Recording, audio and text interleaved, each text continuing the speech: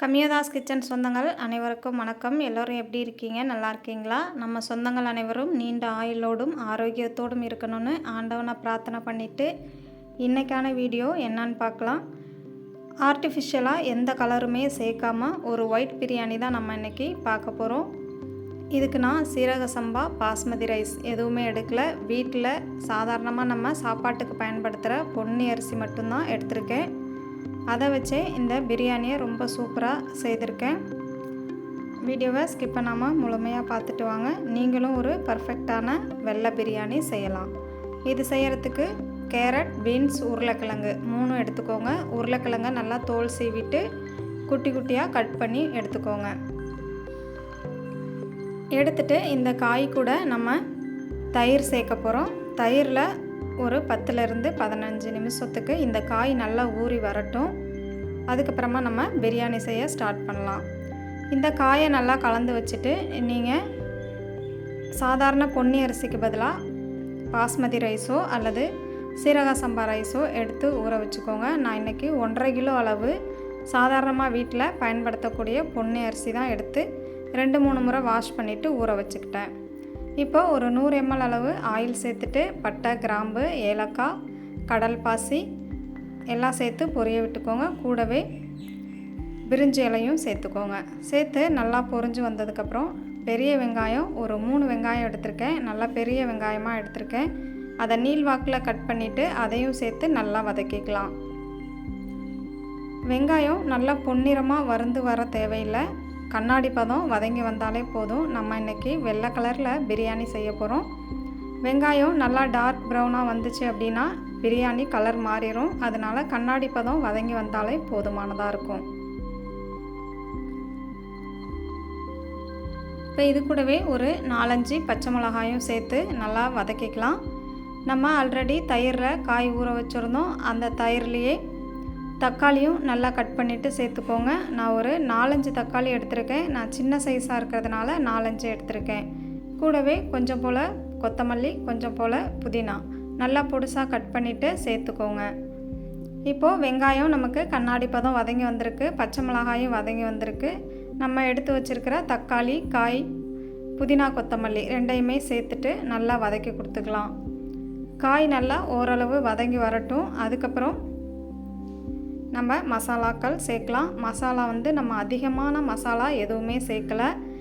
இப்போது இஞ்சி பூண்டு விழுது ஒரு 5 டேபிள் ஸ்பூன் அளவு இருக்கும். நீங்கள் இஞ்சி பூண்டு விழுது அரைக்கும் போது இஞ்சி ஒரு 80 கிராம், பூண்டு 50 கிராம் அந்த மாதிரி ரேஷியோவில் அரைச்சி வச்சுக்கோங்க. நம்ம பிரியாணிக்கு மட்டும் இல்லை, வேறு எந்த நான்வெஜ் ஐட்டம் செய்கிறதா இருந்தாலுமே இந்த ரேஷியோவில் அரைச்சி வச்சுக்கிட்டிங்கன்னா இஞ்சி பூண்டு விழுது டேஸ்ட்டாக இருக்கும்.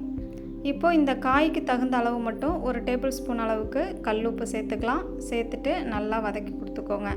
நம்ம இன்றைக்கி ஒயிட் கலரில் பிரியாணி செய்ய போகிறதுனால மிளகாய்த்தூள், காஷ்மீர் மிளகாய்த்தூள் இதெல்லாம் எதுவுமே சேர்க்கலை. ஒரே ஒரு மசாலா மட்டும்தான் சேர்க்க போகிறோம். அந்த மசாலா என்னன்னு நான் சொல்கிறேன். இப்போ பாருங்கள், காயெல்லாம் நல்லா ஓரளவு வதங்கி வந்துட்டு ஆயிலுமே நல்லா பிரிஞ்சு வந்திருக்கு.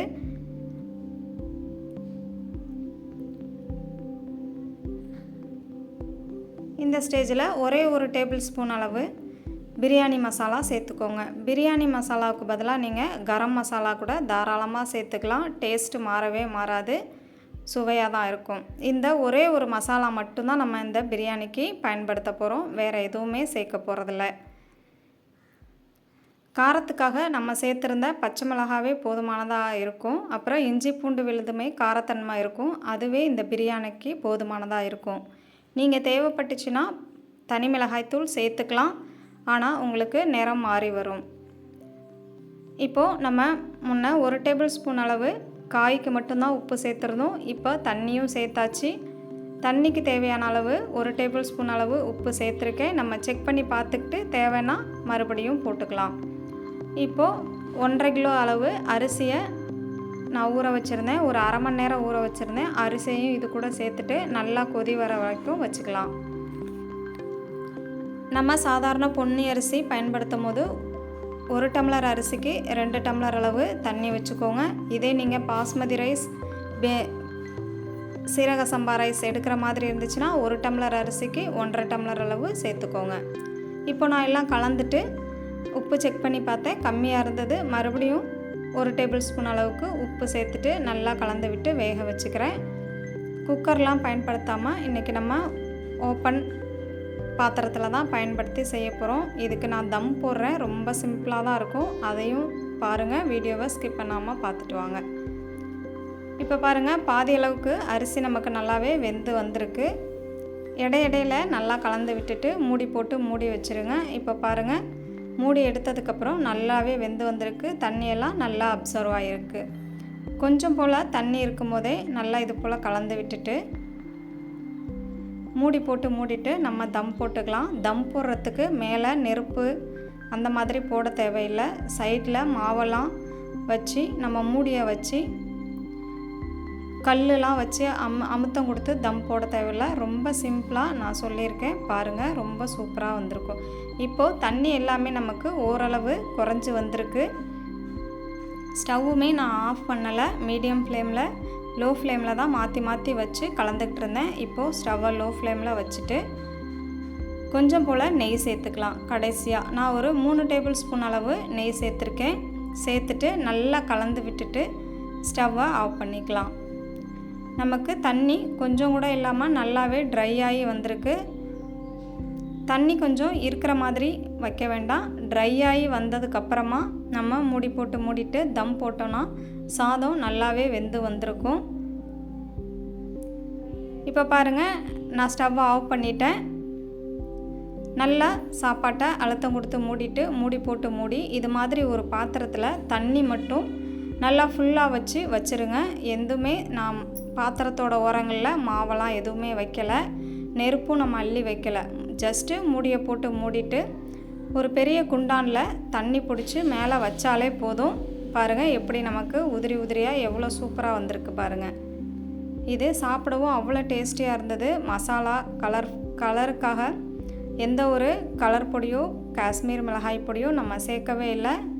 வெறும் பிரியாணி மசாலா மட்டும்தான் பயன்படுத்தியிருக்கோம். பிரியாணி மசாலாவுக்கு பதிலாக நீங்கள் கரம் மசாலா கூட பயன்படுத்தி செய்யலாம்.